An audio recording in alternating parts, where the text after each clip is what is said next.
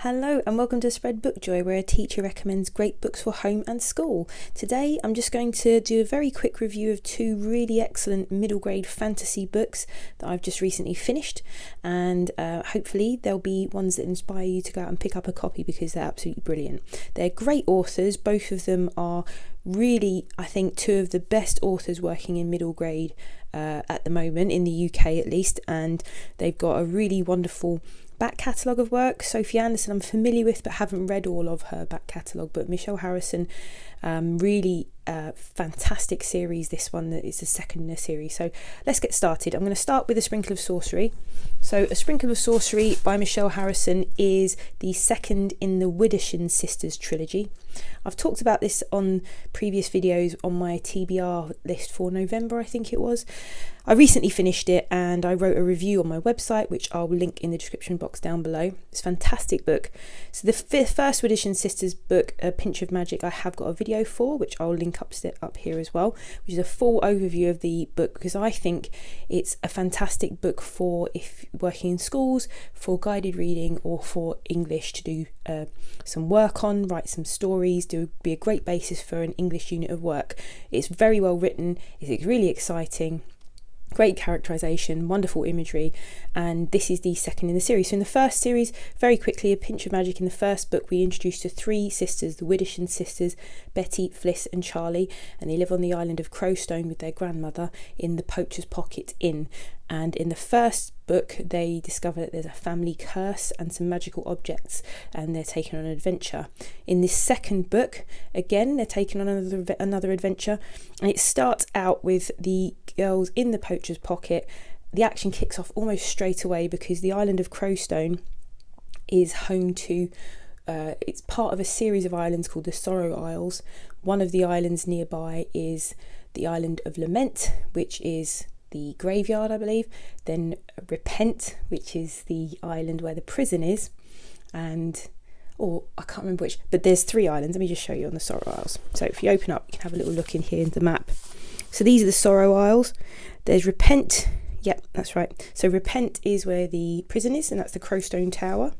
Lament is the graveyard, and Torment is where people are banished.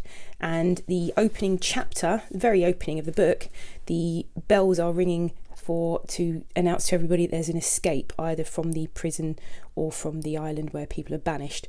And so Betty, who is the middle sister, who's an excellent character, she's a wonderful lead character, she finds someone in their backyard who's on the run, and from the minute she finds this person, I won't give too much away, they end up in trouble. But you can see from the front here, they live on an island. So this adventure involves pirates, treasure maps, hidden islands, magic. It's a wonderful adventure. It's full of action and full of wonderful characters again. And just look at this gorgeous cover. Melissa Castrillon is the illustrator for this beautiful cover. So I highly recommend this book. This is a great one. The Castle of Tangled Magic by Sophie Anderson is just, at the moment, there just seem to be so many amazing authors out there doing brilliant middle grade fantasy. The quality of writing in middle grade at the moment is, when I was a child, I loved books and we had wonderful children's authors when I was a child, but the quality of writing now, the availability of just stunning ideas and authors, it's just wonderful. And look at this cover again. I am a sucker for a cover. I saw this when Sophie Anderson posted that this was going to be the reveal, the cover of her next book, and I just loved it and fell in love with it. So straight away, you can see it's all shiny and beautiful, and you can tell from the style of castle that there's sort of some Russian folktale element. So Sophie Anderson obviously has some Russian in her background, and she knows an awful lot about Russian folktales and traditional tales, and she weaves them in and out of her stories. I think her first book, was The House with Chicken Legs, which is all based around the legend of Baba Yaga, who helps guide the dead across from the land of the living to the land of the dead, and lives in a house in chicken legs. I haven't read the book, but I'm reading it now that I've read this one. I feel really bad that I haven't, but this is wonderful. So in this book we've got Olia, who is the main character, and she lives in Castle Mila with her mum and her dad, her grandmother and her new baby sister Rosa. Now there used to be a royal family. There were deposed, but they still sort of look after the castle, their ancestral home, and the castle is being destroyed by these mystical magical storms, and so Olia, it has to help save the castle, and they can't get into these. At the start of the book, she says that they've been trying to find their way into the various domes of the castle for years, and there are secret passageways into them, and there are secret magical things hidden in them. And in one of the castle domes, she finds a gateway to another world. And that's all I'm going to say about it for now. But again, brilliantly written, great characterization, really imaginative. I think if children are fond of other world books, you know, taking them off into other lands and race against time, it's all there.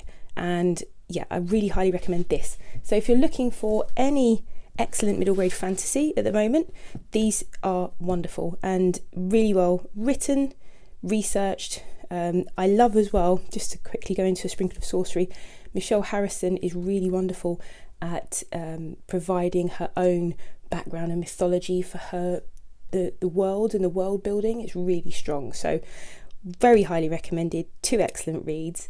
If you like this video and if you'd like to see more recommendations from me, please click like, really helps, and subscribe, and please leave a comment down below if you found this video useful. If you've got any comments or any ideas or any suggestions for future videos, I'd love to hear them, and hopefully I'll see you again here soon.